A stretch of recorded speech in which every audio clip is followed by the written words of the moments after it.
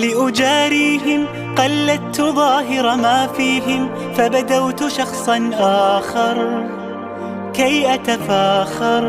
بسم اللہ الرحمن الرحیم. السلام علیکم ورحمۃ اللہ وبرکاتہ. سامعین مکرم، آج کل روزے کی نیت کے حوالے سے بہت زیادہ پوچھا جا رہا ہے اور اس بارے میں لوگ طرح طرح کے شبہات میں مبتلا ہیں. اس لیے آج روزے کی نیت کے بارے میں ایک سوال اور اس کا جواب پیش خدمت ہے. سائل کا کہنا یہ ہے کہ بچپن سے ہمارا یہ معمول ہے اور بزرگوں سے بھی یہی سنا ہے کہ روزہ رکھنے کی نیت وَبِصَوْمِ غَدٍ نَوَيْتُ مِنْ شَهْرِ رمضان کے الفاظ سے کی جاتی ہے. آج بھی ہم سحری کا وقت ختم ہونے سے پہلے انہی الفاظ سے روزہ رکھنے کی نیت کرتے ہیں. میرا سوال یہ ہے کہ کیا یہ الفاظ حدیث سے ثابت ہیں اور ہم ان الفاظ سے روزہ رکھنے کی نیت کر سکتے ہیں یا نہیں؟ جواب سے پہلے یہ بات سمجھ لیں کہ روزہ رکھنے کی نیت ضروری ہے.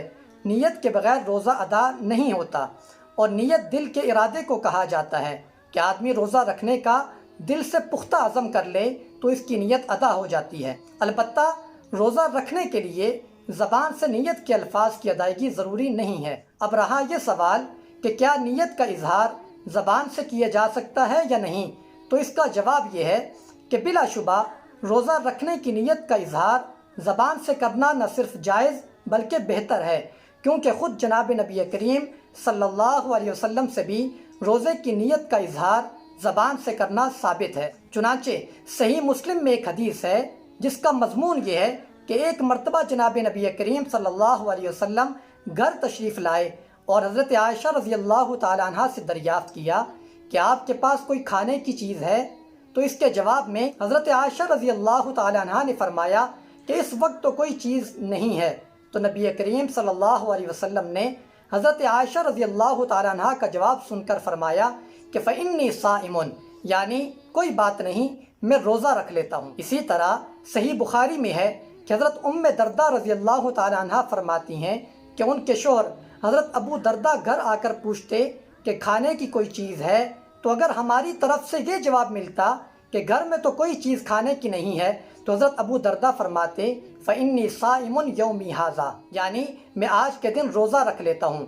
یہ بات نقل کرنے کے بعد حضرت امام بخاری رحمۃ اللہ علیہ فرماتے ہیں وَفَعَلَهُ أَبُو طَلْحَةَ وَأَبُو هُرَيْرَةَ وَابْنُ عَبَّاسٍ وَحُذَيْفَةُ رضی اللہ عنہم، یعنی جس طرح حضرت ابو دردہ گھر میں کھانے کی چیز نہ ہونے کی صورت میں یہ کہا کرتے تھے کہ میں آج کے دن روزہ رکھ لیتا ہوں، اسی طرح حضرت ابو طلحہ، حضرت ابو ہریرہ، حضرت ابن عباس اور حضرت حذیفہ رضی اللہ عنہم جیسے کبار صحابہ اکرام کا بھی یہی معمول تھا کہ یہ گھر میں کھانے کی چیز میسر نہ ہونے کی صورت میں یہی کہا کرتے تھے کہ میں آج کے دن روزہ رکھ لیتا ہوں.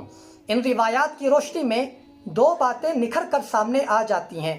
پہلی بات تو یہ ہے کہ روزہ رکھنے کی نیت اور ارادہ ہو تو زبان سے اس کا اظہار کرنا جائز ہے اور اس میں کوئی حرج نہیں ہے.